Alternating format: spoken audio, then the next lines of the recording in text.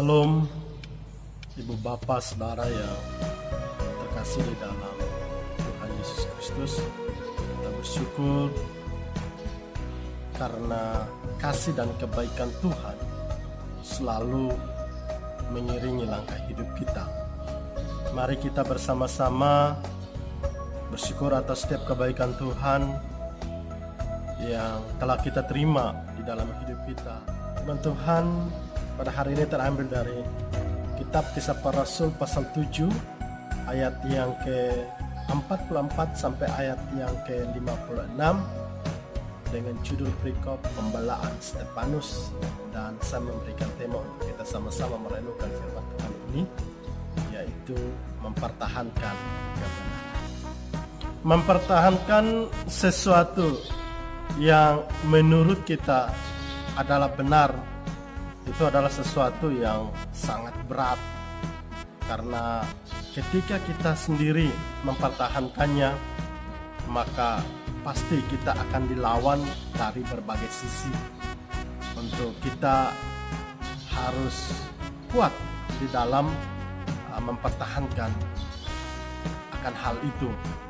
Sama seperti Stefanus yang berdiri di hadapan mahkamah agama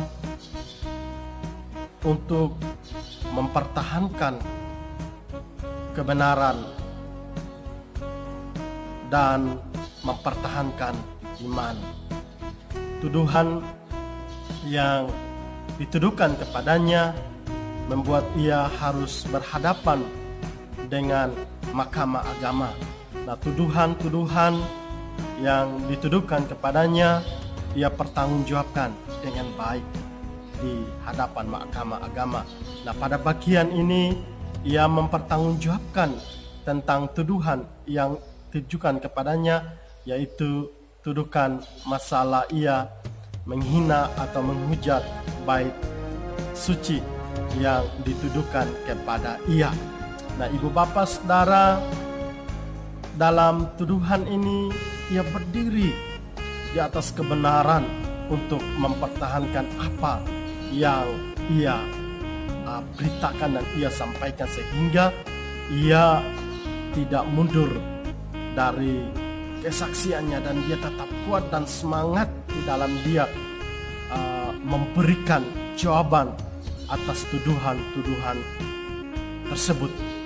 Ibu Bapa Saudara yang dikasihi oleh Tuhan Yesus Kristus, untuk mempertahankan kebenaran dan imannya, ia harus mengorbankan dirinya, dan dia dihukum mati dengan cara dirajam. Nah, ini konsekuensi yang harus dihadapi oleh Stefanus di dalam dia menghadapi orang-orang yang tidak suka dengan kebenaran, yang memberontak terhadap kebenaran, sehingga dia harus mengorbankan dirinya untuk hal tersebut. Pada bagian terakhir ini ia memberikan pembelaan di hadapan mahkamah agama dengan sangat baik. Ia menjelaskan fase demi fase, ia menjelaskan secara detail bagaimana orang Israel hidup mulai dari bapa leluhur mereka sampai kepada ia menjelaskan tentang bait suci. Nah, dalam bagian ini dia menjelaskan tentang 3 hal penting yang memang dialami oleh bangsa Israel sendiri. Yang pertama, ia menjelaskan tentang kemah tempat mereka beribadah di padang gurun. Ketika mereka berada di padang gurun, mereka beribadah dari kemah ke kemah, dari satu tempat ke tempat lain, sehingga dengan kemah yang mereka miliki, Allah berdiam bersama-sama dengan mereka. Allah hadir di dalam kemah mereka untuk menyatakan akan kasih, menyatakan akan firman Tuhan kepada mereka, sehingga Stefanus menjelaskannya dengan detail kepada mereka tentang hal tersebut, yaitu di dalam ayat yang ke-44 hingga ayat yang ke-46. ia menjelaskan hal tersebut. Dan yang kedua, ia menjelaskan tentang Salomo mendirikan bait Allah. Daud memohon supaya mendirikan bait Allah, tapi Allah tidak mengizinkan bahwa Allah mengizinkan Salomo untuk membangun bait Allah. Yang tadinya mereka beribadah dari kemah ke kemah, mereka harus memiliki satu tempat ibadah yang disebut dengan bait suci. Itu dalam ayat yang ke-47 sampai ayat yang ke-50. Nah, itu yang disampaikan oleh Stefanus kepada Mahkamah Agama, yang menyampaikannya dengan lantang. Dan yang berikut ini yang sangat keras ia lakukan, yaitu dia dalam menegur mereka karena mereka tidak taat kepada Allah, karena kekerasan hati mereka, bahkan nabi-nabinya pun mereka bunuh. Nah, ini yang membuat mereka sangat tersinggung, ini membuat mereka sangat marah ketika pada bagian terakhir dari pembelaan ini disampaikan oleh Stefanus kepada mereka, sehingga bagian yang terakhir ini membuat mereka marah, sehingga dalam ayat yang ke 54 dan 55 mereka marah sekali dan hati mereka sangat tertusuk ketika Stefanus menyampaikan hal tersebut.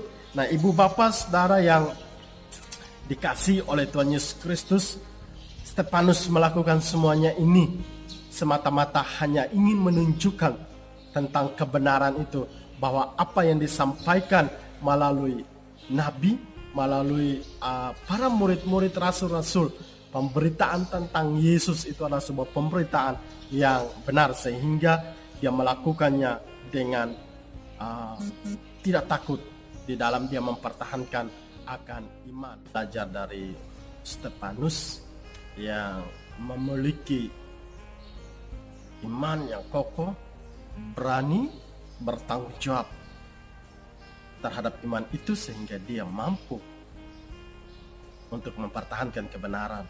Kenapa dia mampu mempertahankan kebenaran tersebut?